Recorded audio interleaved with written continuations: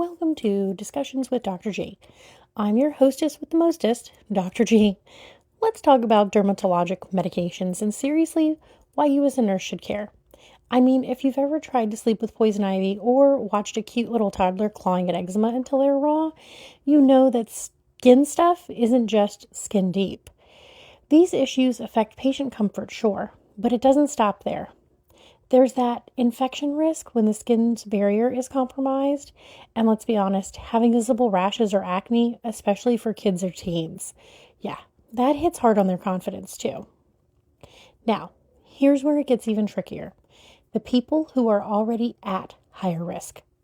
Little ones, those sweet geriatric patients, anyone with a shot immune system. Think chemo, steroids, or transplant patients. You mess up with topical meds in these groups, and suddenly what was supposed to help could actually end up hurting.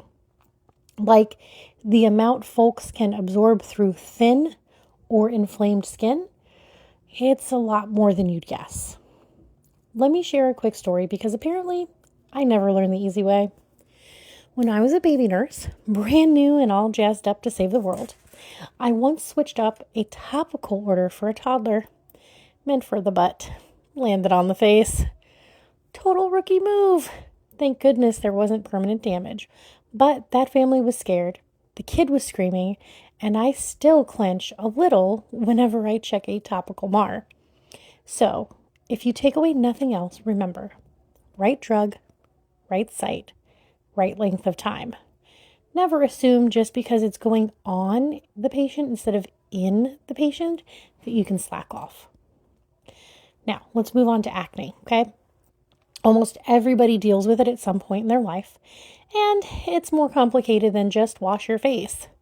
Acne is really inflammation of those hair follicles and oil glands, pilosebaceous units, if we want to be fancy, which can turn into everything from tiny whiteheads to big old nodules that don't just hurt, they scar, and they tank your self-esteem. So what do we have in our arsenal? Retinoids, both topical and oral. These ramp up cell turnover. Then we have benzoyl peroxide, which is an antibacterial and a good exfoliator, but, word of warning, it likes to bleach your towels. Salicylic acid for gentle peeling, and of course antibiotics. Now the antibiotics can be topical like clindamycin, or oral like doxycycline if things get real rough. Nursing priorities here: watch out for dryness, redness, and peeling. Patients love to slather on way too much in hopes that it'll work faster. No.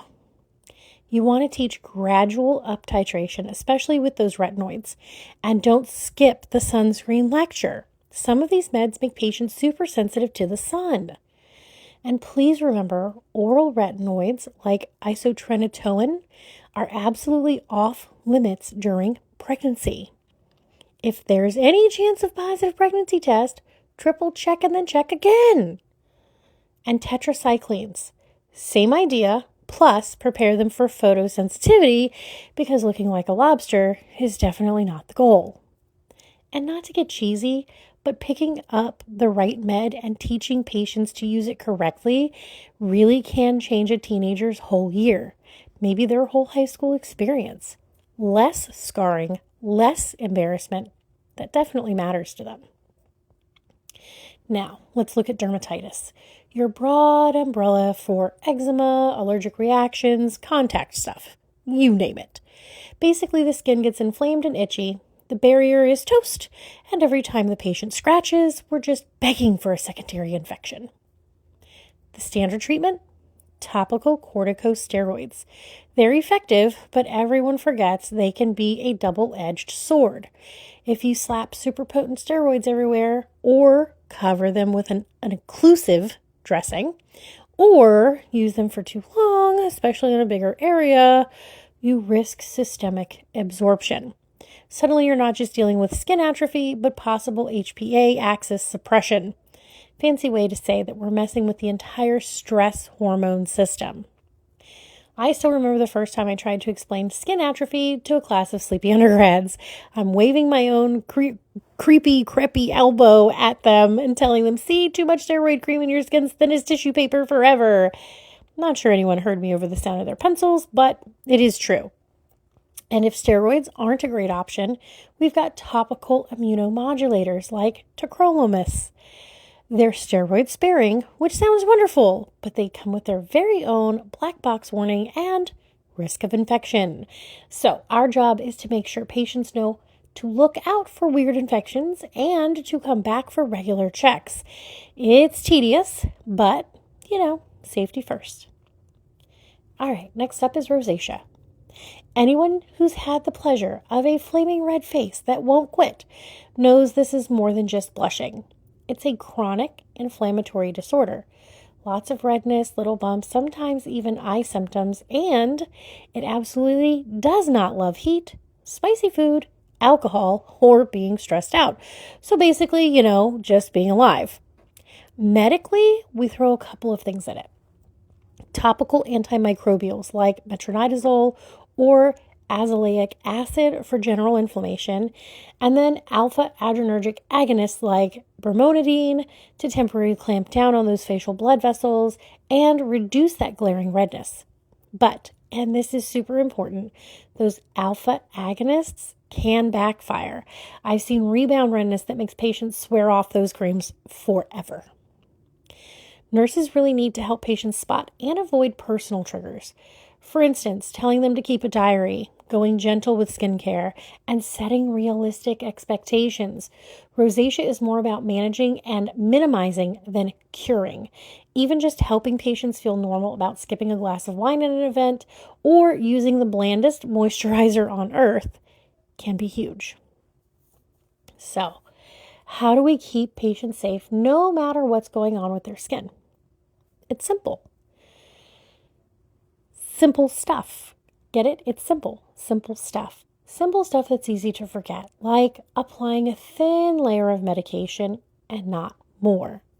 Washing your hands before and after, not getting fancy with occlusive wraps unless it's been ordered, and making sure only the affected skin gets the magic or the not so magic cream. Patient education is the difference between the med working and someone coming back bright red and angry. Tell patients the truth. Change won't happen overnight. It can take weeks. Teach them to watch for signs like infection or severe irritation, or if they start showing weird systemic signs from steroids like mood swings or swelling or increased hunger. Don't let them go rogue with the frequency or consistency or the quantity. And this is huge. You need to use your judgment. If something looks off, maybe the skin is getting worse or the patient describes some side effect that doesn't match normal, pause and reassess. Hold the med, notify the provider, reinforce the teaching if you need to. And for the love of Christ, be nosy, but be cautious. It is definitely way better than being sorry. Honestly, dermatologic meds aren't benign little potions. They need respect and a sharp nursing eye. That's it for today. Thanks for listening. Keep your eyes peeled for more tips and stories in future episodes. Stay curious, nurses.